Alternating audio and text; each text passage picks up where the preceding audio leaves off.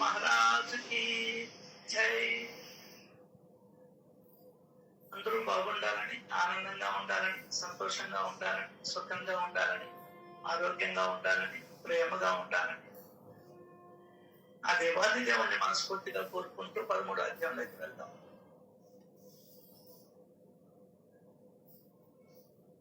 కర్మను అనుభవించడం మాత్రమే రోగం నశించడానికి మాత్రం. ఐసీలో ఉంటావో బెడ్ లో ఉంటావో అది ఇష్టం, అనుభవించాలి తప్పదు. జన్మ జన్మల్లోనూ ఇదే తప్పక జరుగుతుంది. ఇది రోగం అనుభవించడం.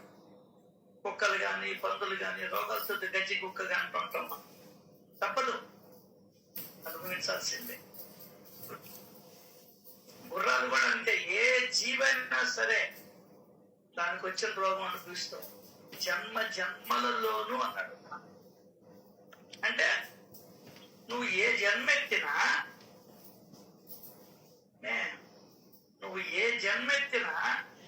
కర్మగాను ఉంటే కర్మ వల్ల వచ్చిన ఫలితం ఏదైనా గాని అది మనం అనుభవించాల్సింది. చూస్తున్నాం సార్. కొన్ని జంతువులకి అవి ఈ జన్మలో పాపం చేసే అవకాశం లేదు. వాస్తవంగా ఎన్ని అనారోగ్యంతో బాధపడుతున్నాయి నేను చూసిన. కుక్కలు గాని, ఆవులు గాని, పౌరాలు గాని, ఏదైనా. కుక్క ఇక్కడ చూసా, ముందర కాళ్ళు పని చేస్తున్నాయి, వెనక కాళ్ళు వంగిపోయి ఉంటాయి. వెనక కాళ్ళతో ఎగురుకుంటూ పోతాం. అయితే దానికి వైద్యులు లేదు కాబట్టి గమ్మునుండాలి. జన్మ జన్మలలోనూ ఇదే తప్పక జరుగుతుంది. ఒకటే కొండ గుర్తు, ఏమి మార్చుకోవాలన్నా ఇప్పుడే ఇక్కడే 7:05 నిర్ణయం తీసుకో. కనీసం సంకల్పం చేసుకో, భగవంతుడితో చెప్పుకో, నాలో ఈ దుర్బుద్ధి ఉంది మార్చు, నాలో ఈ కోణం ఉంది మార్చు. లేదంటే పాపాలకి వెళ్ళిన వాళ్ళ మొత్తం. అదే అన్నది, మనం ఎందుకు వచ్చామంటే మార్చుకునేదానికి వచ్చాం. మన అలవాట్లని, సంస్కారాన్ని, వాసనలని మనం వచ్చింది మార్చుకునేదానికి. నాన్న వాళ్ళు అన్నారు, వీళ్ళు అన్నారు, ఇంకొకరు అన్నారు. ఇది కాదు నువ్వు నేను వచ్చింది మార్చుకునేదానికి. వాడంటే పడదు, ఈడంటే పడదు. ఏది పడుతుంది నీకు చెప్పు?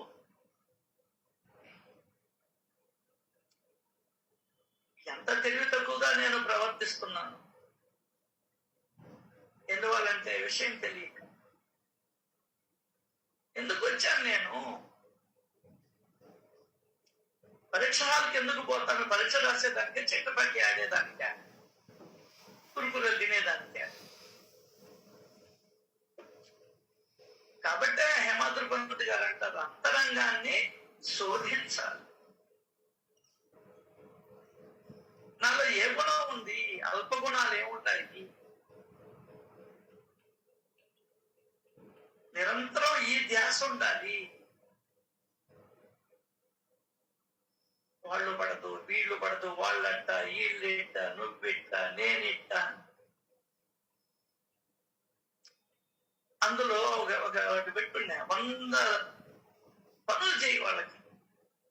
ఇంకొక పని నువ్వు చేయలేదనుకో, ఆ 100 పనులు వల్ల నువ్వు పొందినటువంటి ఫలితాన్ని మర్చిపోతావు. ఆ ఒక్కటి పట్టుకొని ఏడుస్తూ కూర్చుంటావు. కానీ ఒక చెట్టు నాటే వరకు కొన్ని 100 పనులు చేసి పెడుతుంది, ఏం అడగదు. దానికి అంటాడు, ఇటువంటి జన్మ ఎత్తేదానికన్నా మానుగా పుడితే మాత్రం ఏం తప్పు ఉందని అంటాడు. ఏమంటాడు? ఎందువల్లంటే అన్నిటినీ స్వీకరించే మానసిక స్థితికి నువ్వు ఎదగల. ఈ ప్రపంచం మీద, వ్యక్తుల మీద, సంస్థల మీద, ఇతరత్ర వాటి మీద విసుక్కుంటున్నావంటే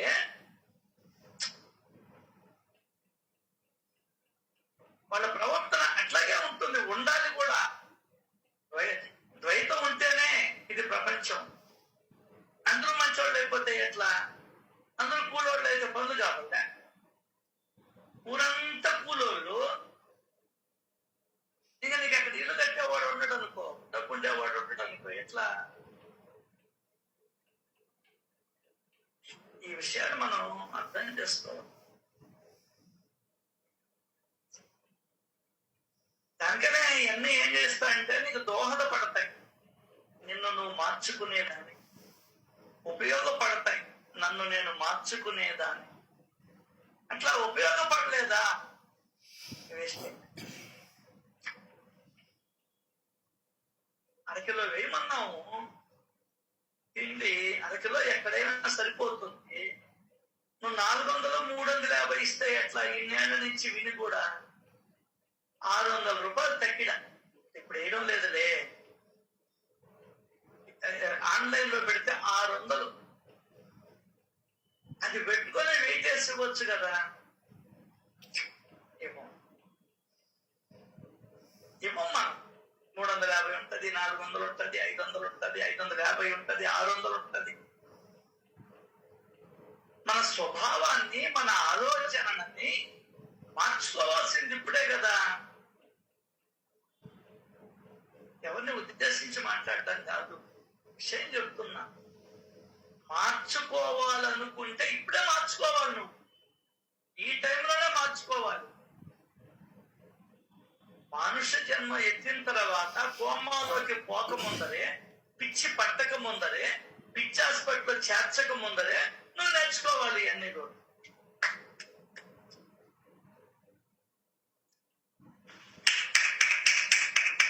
బాబా చెప్పిన పనులన్నీ కూడా మూడో మనుషులు మాట్లాడకూడదు.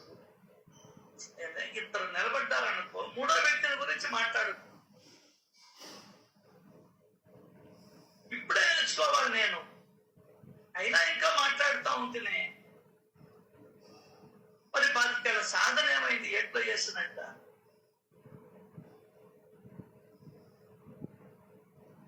ఒక మాట నాకు ప్రాప్తం లేదనుకుంటే పోలా. దానికైనా ఇంట్లో పెద్దోళ్ళు ఉండాలా. ఒక ఆవుంది, ఇది మా పెదమ్మ. ఏమో వాళ్ళు చూడలేదు, మరి వాళ్ళు చూసేది కాదురా, నాకు ప్రాప్తం ఉండాలిరా. ఎంత గొప్ప మాట నాకు ఇప్పుడు అర్థమవుతుంది. నాకు ప్రాప్తం ఉండాలా, నీకు తినే ప్రాప్తం ఉండాలి. డబ్బులుంటే ఉండొచ్చు, తినే ప్రాప్తం లేకపోతే ఏం చేస్తావు నువ్వు? నోరు లేదు. కారు ఉంది, కాళ్ళు లేవు, ఇంకేందా నువ్వు డ్రైవ్ చేసి?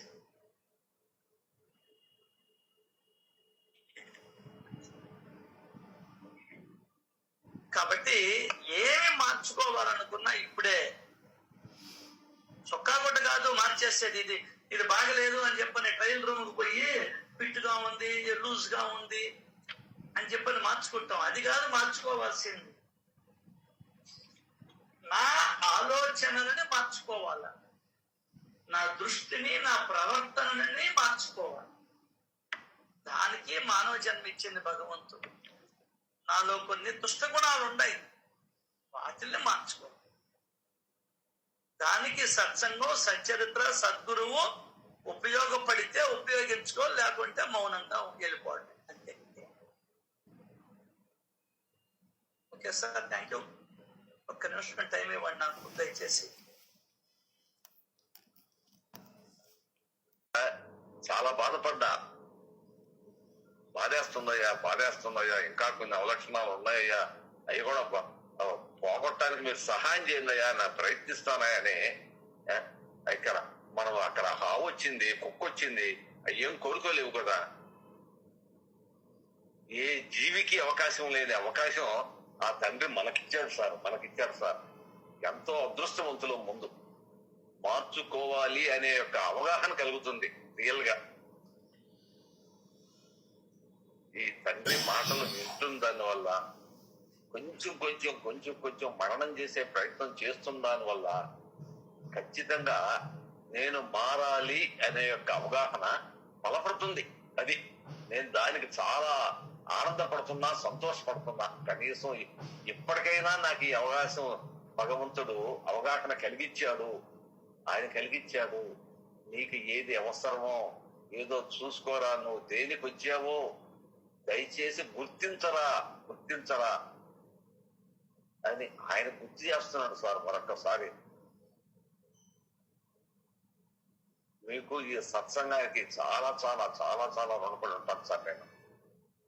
సార్ ఎవరుసారి చెప్పేది నాకు ఇలాంటి మాటలు నేను ఎక్కడ వింటాను చెప్పండి?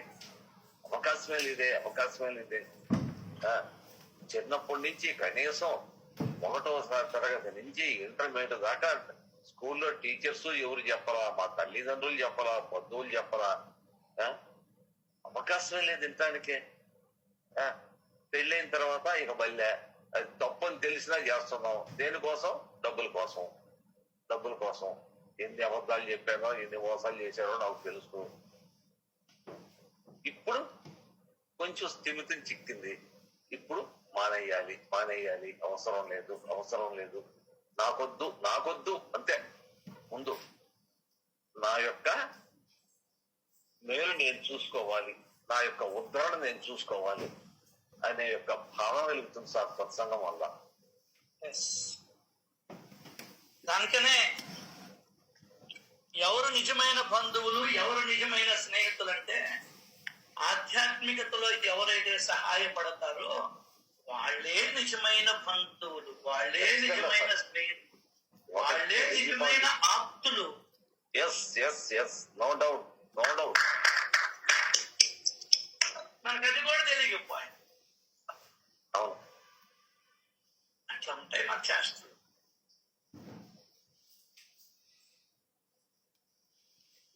సో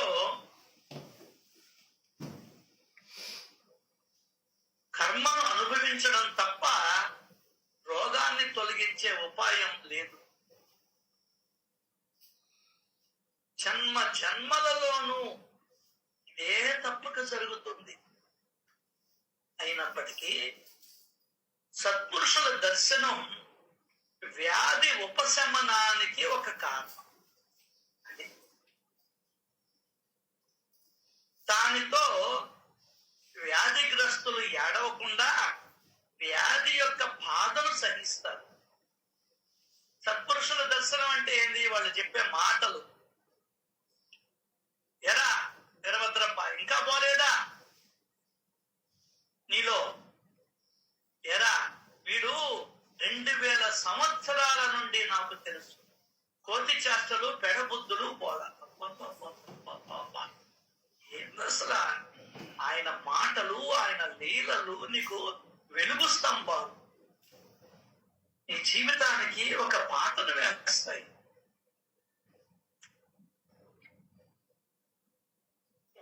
ఎట్లా బతకాలో చెప్తాయి, ఏం మార్చుకోవాలో ఏం మార్చుకోకూడదో చెప్తాయి.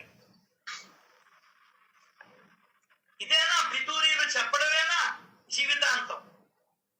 అత్త మీదో, అమ్మ మీదో, భర్త మీదో, భార్య మీద. అసలు వచ్చిన కారణం మర్చిపోయావే. అది నువ్వు వచ్చింది ఒకరి మీద పితూరుని చెప్పడం కాదు, ఒకరిని కోపగించుకోవడానికి కాదు, ఒకరిని ఇబ్బంది పెట్టడానికి కాదు, ఒకరిని తోలనాడడానికి కాదు. నువ్వు కేవలం వచ్చింది నీ పాపరాశిని కరిగించుకుంటూ పుణ్యరాశిని పెంచుకునేదానికి వచ్చామా. లేదంటే మళ్ళీ నిత్యజ్ఞానంలోకి వెళ్ళిపోతాం. ఇది ఎప్పుడు నీకు తలంపులో ఉండాలా, కానీ అసలు ఉండడం వల్ల నా బోర్డు ఏది ఉండాలో ఉండడం లేదు. కామన్ సెన్స్ అన్నీ ఉంటున్నాయమ్మా.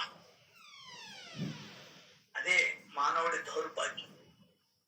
ఎందువల్లంటే సత్సంగం లేక. అది కూడా ఏంది, ఎప్పుడో సంవత్సరానికి అనాథుడు ముట్టి కడిగినట్టు ఆ రోజు అనేవాళ్ళు ఇప్పుడు వాళ్ళే శుద్ధంగా ఉంటుంటారు. రాకూడదు, క్షమించుకో.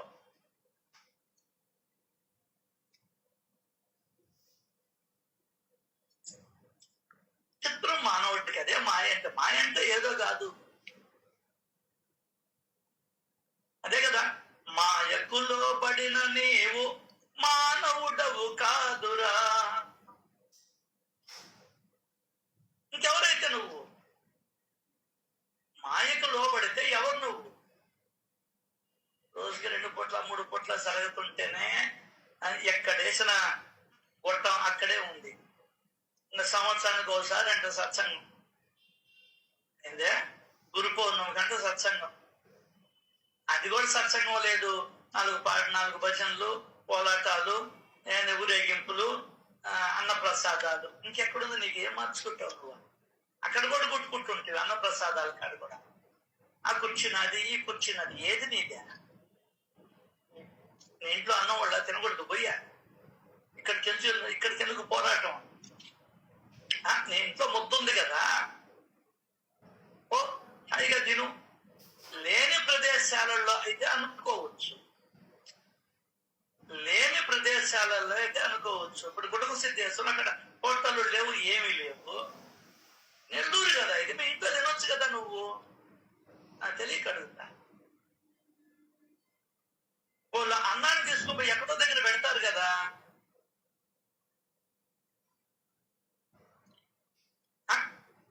అదేమంటే అన్నదానం.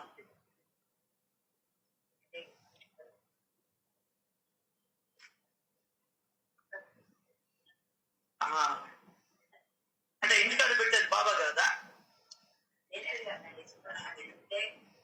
ఆ డబ్బులతో 4 హాస్పిటల్లో చూపించు. ఎంతమంది క్షతగాత్రులుగా ఉన్నారండి, ఎంతమంది ఇబ్బంది పడుతున్నారండి ఈ ప్రపంచం. ఈ నెల్లూరులో ఊరేగింపులకు ఎంత ఖర్చు చేస్తున్నారండి. గురు పౌర్ణమి మౌనంగా ఆ బాబాని ఆ పల్లకిలో పెట్టి ఓం సాయి శ్రీ సాయి చెప్తూ ఒక 100 మందో, 150 మందో, 200 మందో, 500 మందో పర్మిషన్ తీసుకొని అడ్డం లేకుండా ఓం సాయి శ్రీ సాయి జై జై సాయి అని చెప్తూ, సాయినాథ్ మహారాజ్ కి జై అని చెప్తూ నడవచ్చు కదా. అబ్బా అంటే చెయ్యమ్మా, ఏదో చెయ్యాలా. ఏం చేస్తావు నాన్న?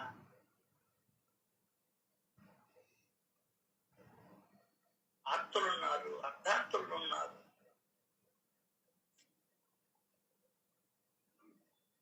ఆ డబ్బు ఎన్నో లక్షలు ఖర్చు పెడతారు. ఒకడికి ఒక చిన్న ఇల్లు తీసి నాకు సాయిబాబా తీసి ఇచ్చాడు అంటే వాడు. సాయిబాబా పేరుని అట్లా నిలబెట్టాలి నువ్వు. చెన్నీళ్ళు బాడుగులు గట్లాకి అల్లాడిపోతున్నారండి ఒక్కొక్కరు. 1వ తారీఖు వచ్చేటప్పటికి బాడుగులు గట్లాకు ఇంటి ఓనర్లు మరీ ఘోరం అయిపోయినారు. కొంతమంది ఏదో దయార్థ హృదయాలు ఉంటారు, కొంతమంది కర్కసత్వాన్ని పెట్టుకొని ఉంటారు. కాలం మీద ఒక ఇల్లు తీసి 3 లక్షలు పెట్టి జీవితాంతం సాయిబాబా పేరు పెట్టుకుని బతుకుతాడు. నీ ఫోటో పెట్టించువాక సాయిబాబా ఫోటో పెట్టించు. నీ డబ్బులు కాదు ఇచ్చింది, నీ డబ్బులు ఇస్తే నువ్వు ఫోటో పెట్టించు. మా ఫ్రెండ్ ఇచ్చాడు 30,000 ఆటో కొనుక్కోమని. వాడి పేరు రాసుకున్నాడు నిరంజన్ అని. ఆ పనులు చేయరా నాయన అంటే ఏందేందో వాటికి ఇస్తున్నారు మీరు డబ్బులు. అసలు సిసలైన దానికి ఇవ్వడం లేదు. అంటే విచక్షణ జ్ఞానాన్ని కోల్పోతుంది. విచక్షణ అంటే ఏంది? తెలివి కాదు. ఏది పనికొస్తుంది, ఏది పనికి రాదు. మనసంచ పేల్చావు, ఏమన్నా ఉపయోగం? అది పోయి ఒకరి ఇంటి మీద పడింది, ఏమైపోతుంది చెప్పు? ఒకటి కళ్ళల్లో పడింది, ఏమైంది చెప్పు? ఒక స్త్రీ లేదా ఒక పురుషుడు చొక్కా కంటుకున్నది, ఏమైంది చెప్పు? విచక్షణ. నీ డబ్బులు ఖర్చు పెట్టు చూద్దాం.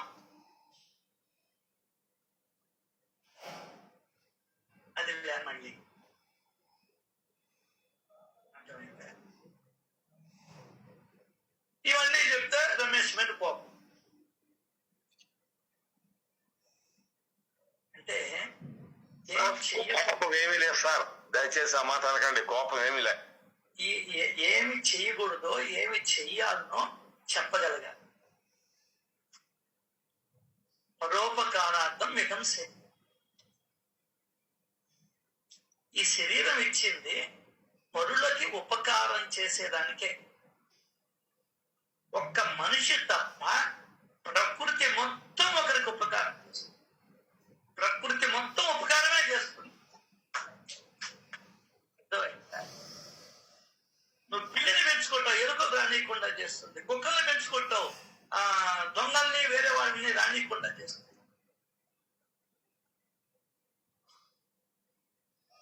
ఇదొక్కడేనండి స్వార్థం, స్వార్థం, స్వార్థం. అదే పెద్దోళ్ళు చెప్పారు, పాముకి కూరల్లోనే ఉంటుందంట విషం, మనిషికి అదిగో నేను చెప్పకుండానే మీరు చెప్పేస్తున్నారు, నిలువెల్లా ఉంటుందంట. ఆ నిలువెల్లా ఉండే విషయాన్ని తగ్గించుకునేదానికే మనం సద్గురువుని ఆశ్రయించాలి.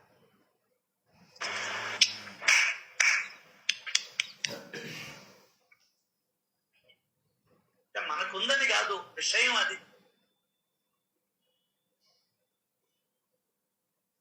వ్యాధి దారుణమైన బాధను కలిగిస్తుంది. కలిగేదంటే నువ్వు అంతకు ముందర ఎవరికైతే బాధను కలిగించావో ఆ బాధ నీకు రిటర్న్ వచ్చింది అబ్బాయి. దానికని అంటాడు ఆయన,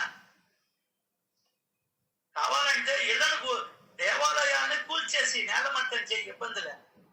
సద్గ్రంథాలను తగలబెట్టు, ఇబ్బందిలే. గుళ్ళల్లో కాపురాలు చేసుకో, ఇబ్బందిలే. ఏ ఒక్కరి హృదయాన్ని గాయపరచుకో అంటాడు. ఏ తమాషాదే, అర్థమవుతుంది కదా. ఆ బాధ నిన్ను చేరుతుంది మళ్ళీ ఎప్పటికైనా, ఏనాటికైనా. డబ్బులుంటాయి, బాధ డబ్బులుంటే ఉండొచ్చు, కానీ ఆ బాధ నీకు నీ కొడుకు విత్సల్విడితనం నిన్ను బాధిస్తుంది. అర్థం కదా. నీ కొడుకు తాగేసి వస్తాడు, నిన్ను బాధిస్తుంది. లేదంటే నీకు రోగం వస్తుంది, డబ్బులుంటాయి, పక్షవాతం వస్తుంది, నిన్ను బాధిస్తుంది. కర్మ అట్లా తిరిగి వస్తుంది. ప్రపంచం మొత్తం కర్మ సిద్ధాంతం మీద ఆధారపడదు, భక్తి మీద ఆధారపడలేదు. ఒక్కరు చెప్పడం లేదండి, మాపడం. మొత్తం మనం చేసే కర్మల మీదే ఆధారపడింది. నువ్వు చదివినటువంటి చదువు మీదే నీ యొక్క పరీక్షలు ఫెయిలు పాసు అనేది తెలుస్తుంది. మొత్తం నీ జీవితం మొత్తం 10 ఏళ్ళ, 20 ఏళ్ళ, 50 ఏళ్ళ, 80 ఏళ్ళ మొత్తం నువ్వు చేసేటువంటి కర్మలను బట్టే నీకు నెక్స్ట్ జీవితం వస్తుంది. అటువంటిప్పుడు ఎట్లుండాలి, నువ్వు ఎంత జాగ్రత్తగా ఉండాలి, ఎంత మెలకువతో ఉండాలి, ఎంత ఎరుగుతో ఉండాలి, ఎంత జ్ఞానంతో ఉండాలి. తస్మాత్ జాగ్రత్త జాగ్రత్త సుమా అని చెప్తుంది శ్రీ సాయి సత్యది. ఒకడంటే ఇష్టం, ఒకడంటే కష్టం, ఒకడంటే కోపం, ఒకడంటే ఎత్తులు పెట్టుకోవడం, ఒకడంటే ఈర్ష్య, ఒకడంటే ద్వేషం, ఒకడంటే పగ.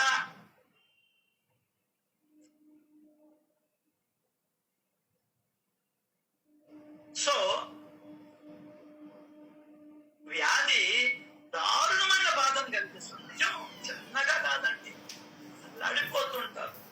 క్యాన్సర్ పేషెంట్ చూడు, వాళ్ళకి ట్రీట్మెంట్ ఇస్తారండి, అబ్బా కడుపులో మంట, వెంట్రుకలు రాలిపోతాయి, మొహం మారిపోతుంది. చిన్న వ్యాధి కాదండి, ఆకలి తినలేరు, నడవలేరు. వ్యాధి దారుణమైన బాధను కలిగిస్తుంది. పక్షవాతం, మంచంలో పడిపోతాడు, నోరు పడిపోయిందనుకో మాట్లాడలేడు, ఆకలి అవుతుంటది. చూడండి ఆ బాధ. మంచినీళ్ళు కావాల్సి వస్తుంది, ఏం చెప్తాడు? ఆమెమో వంటింట్లో పని చేసుకుంటుంటది, వీడికి మంచినీళ్ళు కావాలా, ఏం చెయ్యాలా? చేత్తో కొడతామంటే చేతికి చెయ్యి కూడా పడిపోయింది. భగవంతుడా, దానికి వస్తారు సత్పురుషులు. ఇది తప్పు, ఇది ఒప్పు అని చెప్పేదానికి వస్తారు. అంత బాధపడుతున్నా కూడా నీకు నేనేం కర్మ చేశాను అనే ఆలోచనే రాదు.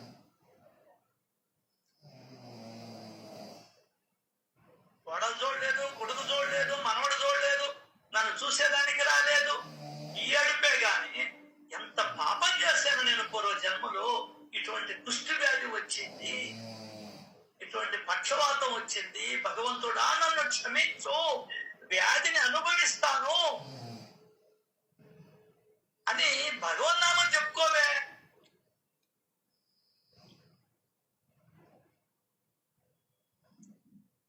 చిన్న విషయం కాదండి. అయితే ఇంత దూరం మనకి చెప్పేవాళ్ళు లేకపోయారు, చెప్పేవాళ్ళు లేకపోయారు. లేదా కటిక దరిద్రాన్ని అనుభవిస్తావు, ఈరోజు తింటే రాత్రికి ఉండదు. వ్యాధి దారుణమైన బాధను కలిగిస్తుంది.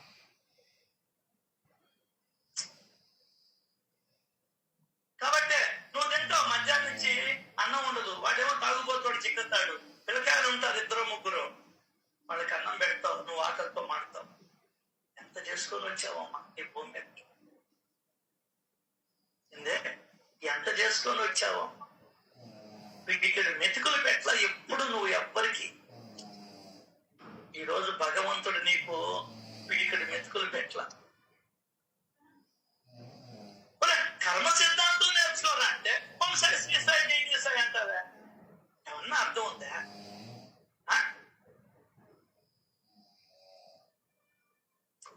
అసలు ఏమనుకుంటున్నావు మనం జీవితం అంటే?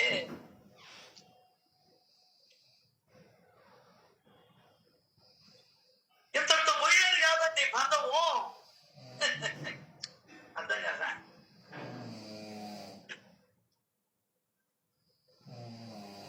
ఇంతటితో ఒకదగేది కాదు.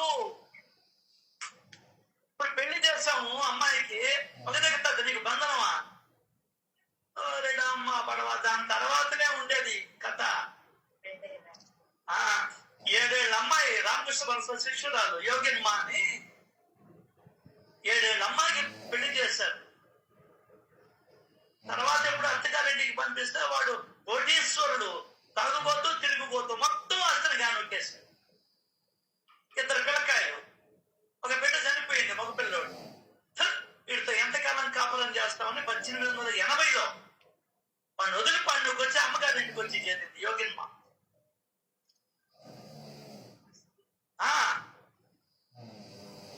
హాయిగా పిల్లకి పెళ్లి చేసింది, రామకృష్ణ పరమహంస దగ్గరికి చేరింది. అయినా కూడా లాస్ట్ లో వాడి వ్యాధితో బాధపడుతుంటే మొగుడు తాలిగట్టిన పాపానికి వాడిని చేరదీసి దయార్థ హృదయంతో దగ్గరికి తీసుకుని సపరేట్ చేసి వాడిని కడతీర్చింది.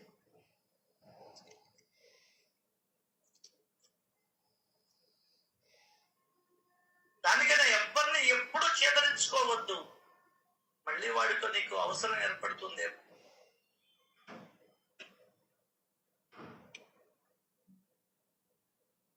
సో ఇప్పటితో పోయేది కాదు నాన్న, ఇది ఈ జన్మతో అబ్బా ఇంక జన్మ ఉండదు నాకు అని అనుకుంటావా? లేదే, అది కదా నా బాధ. మీకేమండి, మీకేం ఇబ్బంది లేదు. దానికని నా కోసం నేను మరింత గట్టిగా నా మనసు మీద సమ్మిటి పోటు వేసుకుంటూ ఉన్నా. ఇల్లు కట్టుకున్నావు, అయిపోయిందా? ఇంట్లో కావాల్సిన అన్ని కావాలా, ప్రతి సంవత్సరం ఇంటి పన్ను కట్టాలా, ఫ్యాన్ కరెంటు బిల్లులు కట్టాలా, అర్థం కాలా? పెళ్లి చేసుకుంటే అయిపోతుంది, తర్వాత కదులుంటే తొందర తినేదే. ఈ జన్మకు వచ్చాం, ఇదే లాస్ట్ అనుకుంటుంటావా నువ్వు? ఇదే లాస్ట్ అనుకుంటుంటావా? ఆలోచించావా ఎప్పుడైనా? కూర్చొని తీరిగ్గా ఎంతో బ్రతికేశాను నేను ఈ 64 ఏళ్ళు. ఇదేమన్నా లాస్టా? అపార్ట్మెంట్ లో చేరాము, నువ్వు అపార్ట్మెంట్ లో లేకపోయినా కూడా ప్రతి నెల 5 గంటల్లా ఏది మెయింటెనెన్సా? హైదరాబాద్ లో ఉన్నారు మాకు, ఉంటే 2 ఇళ్ళు ఖాళీగా ఉంటాయి.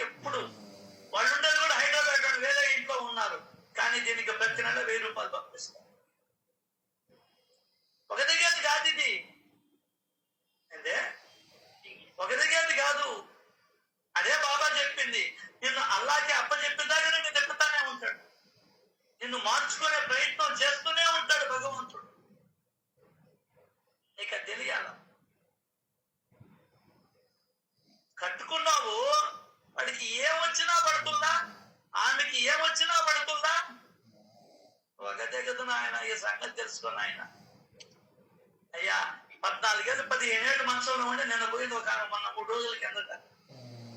ఆయన వదిలేశాడా? బంధనం వదలదు.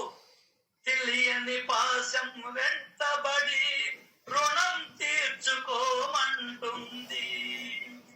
భుజం మార్చుకోమంటుంది. ఈ జీవన తరంగాలలో ఆ దేవుని చదరంగములో ఎవరికి ఎవరు సొంతము, ఎంతవరకి బంధము. అదేమంటే లెఫ్ట్ అయిపోతుంటుంది.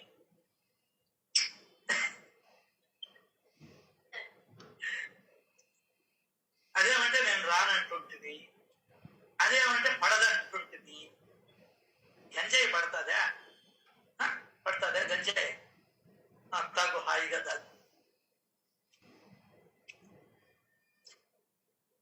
ఎంత సార్ జీవితం సార్? అయిపోయింది సార్. మళ్ళీ మంగళవారం రామారావు అన్నాడు ఇందాక, భయం పుడుతుంది సార్ అని. ఏందే భయం పుడుతుందని? ఆ భయం కలగాల నీకు, నాలో. ఆ భయం ఉన్నప్పుడే పనులు చేస్తాం. చూడండి, మినిస్టర్ వస్తున్నాడంటే శుద్ధంగా అలంకరించేస్తారు, ఇల్లు రోడ్డాన్ని క్లీన్ చేస్తారు మున్సిపాలిటీ. ఆ భయం ఉంది వాళ్ళకి. అటువంటి భయం ఎప్పుడూ ఉండాలి. దానికనే సద్గురువు యొక్క సచ్చరిత్రని అధ్యయనం చేస్తూనే ఉండాలా. ఖాళీగా ఉన్నప్పుడల్లా నువ్వేంది, నా పరిస్థితి ఏంటి, నా పరిస్థితి ఏంటి, నేనేం చేయాలి?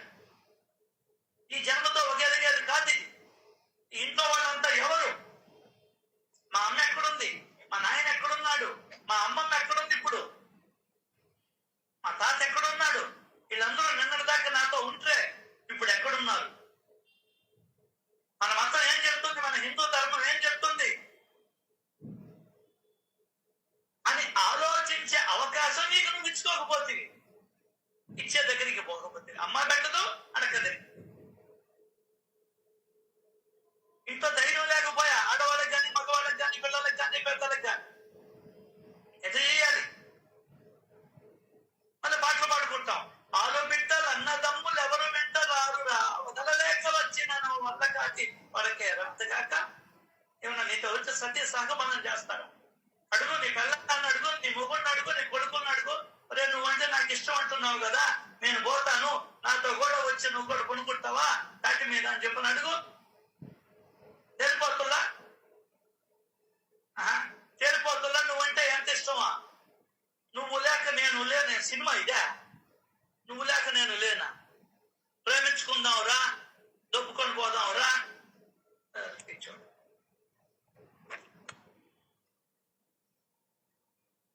చిన్న విషయం కాదండి జీవితం అంటే. ఏమో నా బాధ మీకు అర్థమవుతుందో లేదో నాకు తెలియదు. నా బాధ మీకు అర్థం కాదు, మీ బాధ నాకు అసలు అర్థం కాదు. అదే కాబట్టి దొందే ఈ రోజు 1 లీటర్ పాలు తెచ్చి పెట్టా. ఏమో నన్ను చెప్పాను కదా, చాలా మంది వచ్చేస్తారేమో. పోన్లే, ఆ పాలు పిడికన్నా కలుపుకొని మిగతా మూగ జీవుల కన్నా పెడతాం.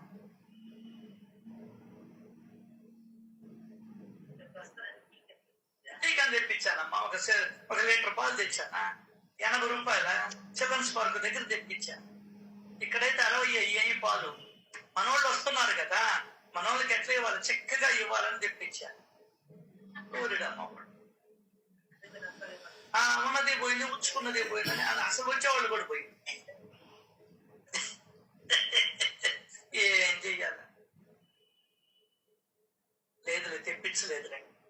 మీరు రారని నాకు 100కి 1,000,000 పాళ్ళు నమ్మకం. అబద్ధం ఎందుకు చెప్పాలి? ఇక్కడ కూర్చొని, పక్కింట్లో కూర్చొని. అర్థం కదా?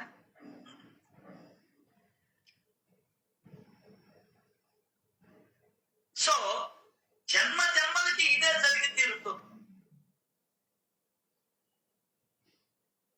కానీ సత్పురుషులు తమ కరుణా కటాక్షముతో కర్మ అనుభవ బాధలను సులువుగా నివారిస్తారు. అది సత్పురుషుల్ని ఆశ్రయిస్తే ఆ బాధలను సులువుగా పాలించేస్తారు. గొడ్డలతో పోయేదాన్ని గోల్డ్తో పాలిస్తారు. అది లెక్క. దానికనే నువ్వు ఆశ్రయించాలి భగవంతుడు. అందువలన బాబా వచనాలే బ్రహ్మ. అవి రామబాణం వంటి ఔషధం. ఒకసారి నల్ల కుక్కకు పెరుగన్ను తినిపించగా చలి జ్వరం నివారణం. కథలో మరొక కథ అడ్డు కథ అనిపిస్తుందేమో, కానీ దీని సారాంశాన్ని గాని శ్రవణం చేస్తే ఈ కథ ఇక్కడ కరెక్టే అని అనిపిస్తుందట. దీంట్లో ఉండే జ్ఞానరత్నాన్ని కూడా మనం వెలికి తీయాలి. బాబా ఏం చెప్పాడు? నా కథలు నీకు దీపస్తంభాలు అని. నా కథలు నీకు దీపస్తంభాలు. నా కథలలో మునిగితే జ్ఞానరత్నాలు లభిస్తాయి అన్నారు. ఈ కథలో మునిగితే ఏం లభిస్తాయి మనకు? ఏంది ఆ జ్ఞానం? ఏంది ఆ జ్ఞానం? అది కావాలి మనకు. కథ కాదు మనకు అవసరం. జ్ఞానం ఏంది? ఇది మన జీవితంలో ఆచరణకి తెచ్చుకోవాల్సినది ఏమిటి అనేది మనకు కావాలి. ఇక్కడ అదే చెప్తున్నాడు. ఇక్కడ దీనిని నాకు గుర్తుకు తెచ్చింది సాయియే. రాస్తూ ఉన్నాడు భీమాజీ పాటిల్ ఉదంతో. మధ్యలో ఈ కథను గుర్తుకు తెచ్చాడు. నా కథను నేనే రచిస్తానని వారు చెప్పినట్లే ఇప్పుడు వారే నాకు ఈ కథను గుర్తు చేశారు అని. గుర్తు చేసేవాడు ఒకడున్నాడు లోపల. వాడి పేరే రాముడా, కృష్ణుడా, శివుడా, సుబ్రహ్మణ్య స్వామి, వినాయకుడా, సాయిబాబానా, XYZ అమ్మవారా, పోలేరమ్మ, కాటేరా, ఏ పేరైనా పెట్టుకోండి, నో ప్రాబ్లం. అది గుర్తించు చాలు. ఆత్మ చైతన్యమా, రూపం లేని ఒక మహాశక్తి ఏంటది? ఇప్పటిదాకా గుర్తు లేనిది ఇప్పుడు గుర్తుకొచ్చిందంటే ఏం చెప్పు? పొద్దుదాకా బాగున్నాడు, మధ్యాహ్నం నుంచి పడిపోయినాడు కింద. అంతే, కింద పడ్డం హాస్పిటల్లో 2 రోజులు ఉన్నాడు. సరే, ఏంటి ఇదంతా కూడా? ఏంటి ఇదంతా కూడా? అర్థం కాదు. కర్మానుభవాన్ని అనుభవించక తప్పదు. మా ఇళ్ళ కాడ 18 ఏళ్ళు మనసులో ఉన్నాడు. కర్మానుభవం చాలా మంచి వ్యక్తి. ఇప్పుడు మంచి వ్యక్తే భీమాజీ పాటిల్ లాగా. బిఫోర్ జన్మలో 18 ఏళ్ళు తిని పెట్టేటప్పటికి 40 కేజీలు ఉన్నాయి, 150 కేజీలకు వచ్చేసి కూతుళ్ళకి 3 కూతుళ్ళు పెళ్లి చేసుకొని వెళ్ళిపోయినారు. ఆ భార్య చూస్తే ఎట్టుంటదంటే రమణారెడ్డి లాగా సన్నగా పొట్టిగా ఉంటది. ఆ మనసులో ఉండేవాడిని ఎట్లా ఎత్తది? చూడండి కర్మ. నువ్వెంత చేసావు? నువ్వు అక్కడ పడ్డావు. ఏందే ఆయన ఎంత చేసేవాళ్ళు నాకు చిన్నప్పటి నుంచి తెలుసు. అమ్మాయి వాళ్ళ అమ్మ తెలుసు. ఈ అమ్మాయి ఎంత కర్మ చేసుకొని వచ్చిందో. ఆ వాడికి పెళ్ళమైంది 18 ఏళ్ళు, వాడికి ఊడిగా చేసి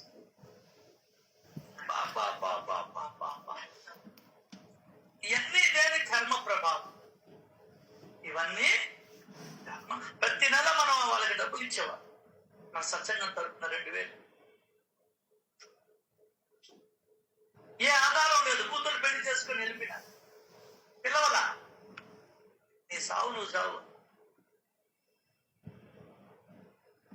వాళ్ళ దగ్గర నుంచి పైసా రాలా. ఒక అమ్మాయి ఇక్కడే ఉంటది. ఆ అమ్మాయి కూడా వచ్చి చూడదు. తల్లికి సహాయం చేసి ఎవరు బిడ్డలు, ఎవరు కొడుకులు, ఎవరు తల్లిదండ్రులు, ఏంది వ్యాపారం, ఈ వ్యవహారం, ఇవన్నీ కూడా నేను నువ్వు చేసుకున్నటువంటి కర్మల ప్రభావం. నాయన నిద్రలేసి సత్కర్మ చేయదా?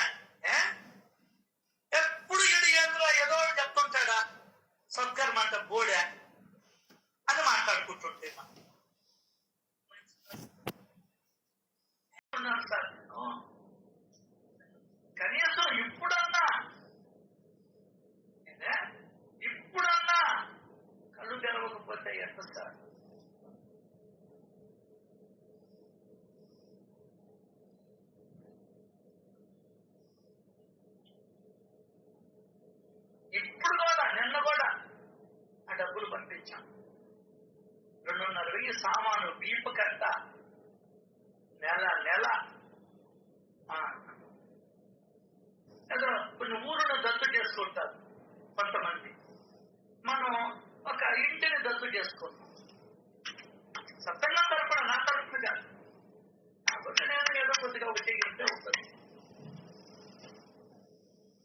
శ్రీలమ్మకి ఒక పక్షవాతం, ఆమెకి శ్రీగార్థంలో గుండె జబ్బో ఎవరికో వాళ్ళకి ఒకరికి 3,000 ప్రతి నెల.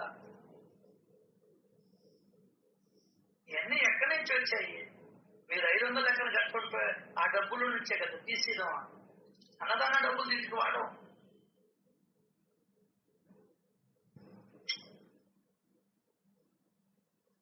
అన్నదానమే. ఇంకా చెప్పాలంటే ఈ డబ్బులు అన్నదానానికి ఎప్పుడైనా వాడుకుంటాం, ప్లేట్స్ కానీ పేపర్లు కానీ కవర్లు కానీ.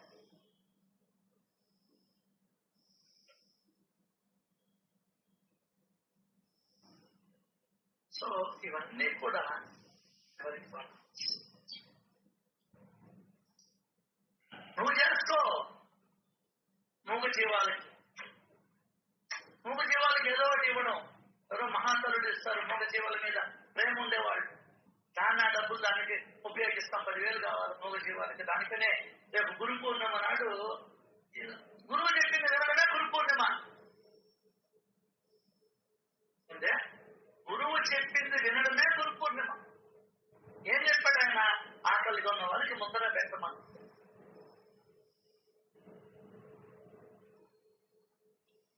చాలు. 10 ఏళ్ళ నుంచి నేను సత్యంగా వింటా ఉంటా. చాలు.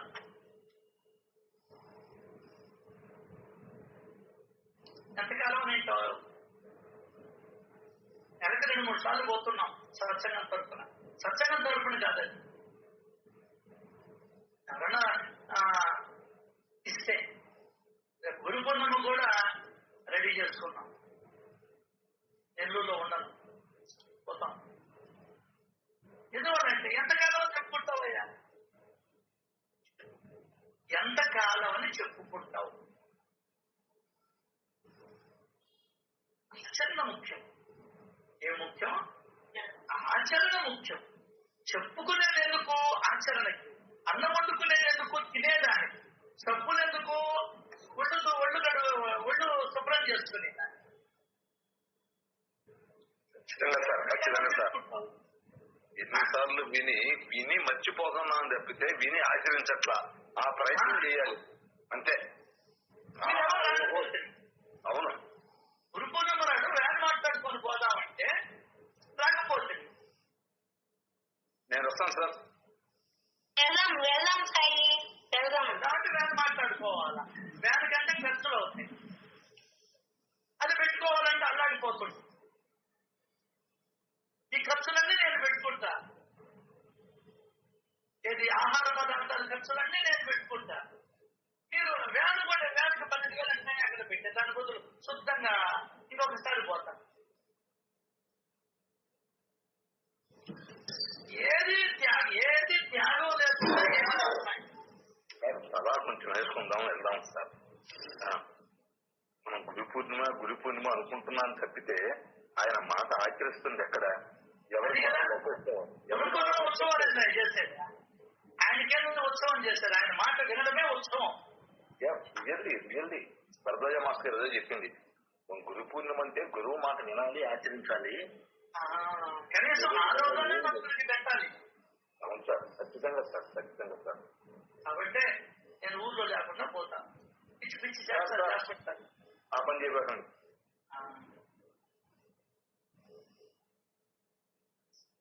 సగం దానికనే నేను ప్లాన్ వేసుకున్నాను. ఇక్కడికి రావడం, ఏదో ఒకటి చెప్పడం, కేక్ ఇవ్వడం, బిస్కెట్ ఇవ్వడం, ఇవన్నీ ఎందుకు? గురువు చెప్పింది చేద్దాం, అదే నా మనసు. లేదు సార్ పాపం అడగలేదు సార్. నేను మీరే చెప్తుంటారు బిస్కెట్ ని ఎంత ఆత్రంగా తిన్నాదో.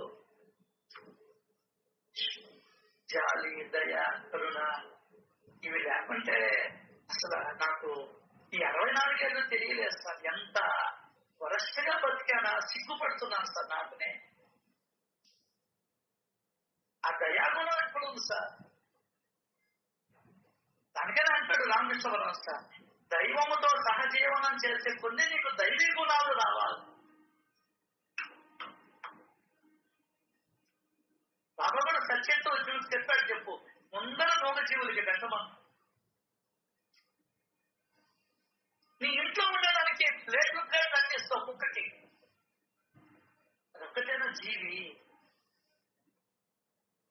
ఇంట్లో తెచ్చుకుంటుంటారే, దానికి మా పక్కన ఒకటి ఉంది అపార్ట్మెంట్, పక్కన ఇల్లు, దానికి నెలకు 14,000 15,000 ఖర్చు పెడతాడా?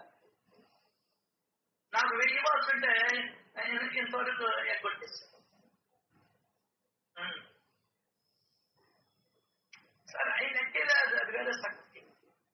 మీ ఇంట్లో కుక్కకి 3 సార్లు అన్నం పెడుతున్నావు, పాలు తాగిస్తున్నావే, ఆ మాత్రం బయట కుక్కలు మనుషులు కాదా? బయట కుక్కలకి జీవం లేదా? బయట కుక్కల్లో ప్రాణం లేదా? బయట కుక్కల్లో భగవంతుడు లేడా?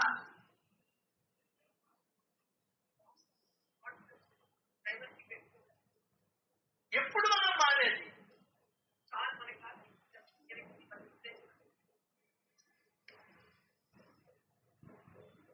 అందుకనే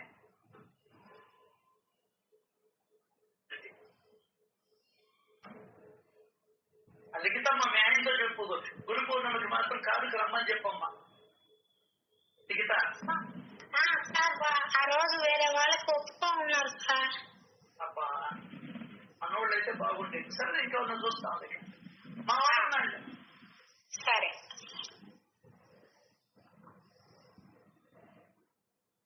మీరందరూ కానీ కలిసి వస్తే మీ అందరితో వస్తాను, లేకుంటే నేను పోతాను.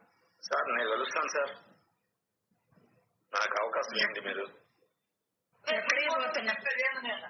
గురువు చెప్పింది ఆచరించడం గురు పౌర్ణమి అంటే. వచ్చిన తర్వాత చెప్పు. ఎక్కడికి పోతున్నారు సాయి? గురు పౌర్ణమికి భోజనాలు ఖర్చు ఈ మూగజీవులు 100 తింటాయి, 200 మూగజీవులకు ఆహారం పెట్టిన దాని కోసం. అంకుల్ ఒక 2 బాక్సులు మామిడి పండ్లకి ఇస్తాం అంకుల్. వద్దామమ్మా. ఏమంటారమ్మా? అన్నపూర్ణమ్మ తల్లి నేను కూడా 2 బాక్సులు తెస్తాను. ఓకే అంకుల్, అందరం కలిసి చేసుకుంటేనే కదా అంకుల్, లేకుంటే అంకుల్కి ఎక్కువ బడ్డన అయిపోతుంది. మీరు దానికేం ఏమి ఇబ్బందులు, ఇచ్చేవాళ్ళు ఇవ్వండి, ఎవరి మా కోసం అంకుల్, మీకోసం కాదు, మా కోసం. ఇచ్చుకుంటే ఇచ్చుకోలేకపోతే ఎక్కడికి పోతున్నారు సాయి? ఇంకెక్కడికి పోతామమ్మా? నేను దేవుడి దగ్గరికి పోవడం లే. ఆకలి కొన్న జీవికి అన్నం పెట్టి తర్వాత మనం తినాలమ్మా. ఇదేనమ్మా మనకు పనికి వచ్చేది. ఇలా నా దయాత్మాన్ని గ్రహించు తల్లి. ఈ మసీదులో కూర్చొని అబద్ధం చెప్పడం మాటకి జరగదమ్మా. షిరిడీకి పోయే ఖర్చు దీనికి పెట్టు, నీ ఇంట్లో సత్సంగం పెట్టుకునే ఖర్చు దీనికి పెట్టు, ఓకే సార్ అలాగే. కొత్త బట్టలు కట్టుకునే ఖర్చు దీనికి పెట్టు, మాస్టర్ గారి సమాజ దర్శనానికి పెట్టే ఖర్చు దీనికి పెట్టు. Okay sir. అది సాధన అంటే. ఇదంతా ఎవరి పేరు వాడికే, నాకేం వాళ్ళకి వరదు. నాకేం పెట్టడం, నాకు పెట్టాల్సిన అవసరం కూడా లేదు. 200 గ్రాముల అన్నం నేను తినేది, నాకు తెచ్చిపోయింది. భగవంతుడి గురించి మాట్లాడే వాడికి అసలు ఆకలి ఉండదంట. పోయింది నాకు ఆకలి కూడా. నిజంగా ఆయనే తీసేసేయడం అనిపిస్తుంది నాకు. ఇంకా ఇది బలవంతంగా తిను అంటుంటారు. పొట్ట ఉండబడ్డది, ఆకలి కావాలి కదా తినాలంటే. రోగం కాదది, భగవంతుడి కృప, భగవంతుడి దయ.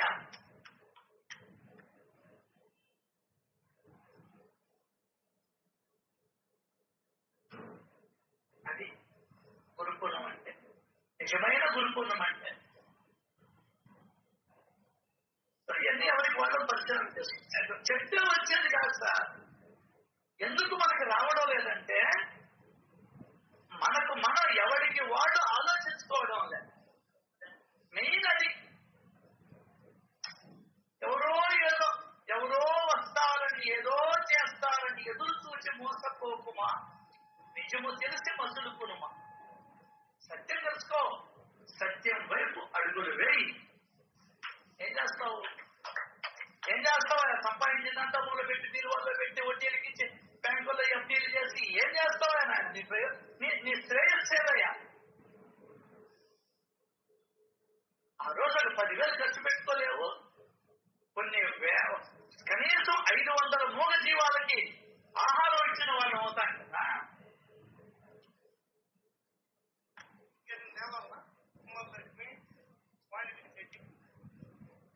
క్రాంతి ఈరోజు ఇస్తున్నావా? ఇస్తున్నానన్నా.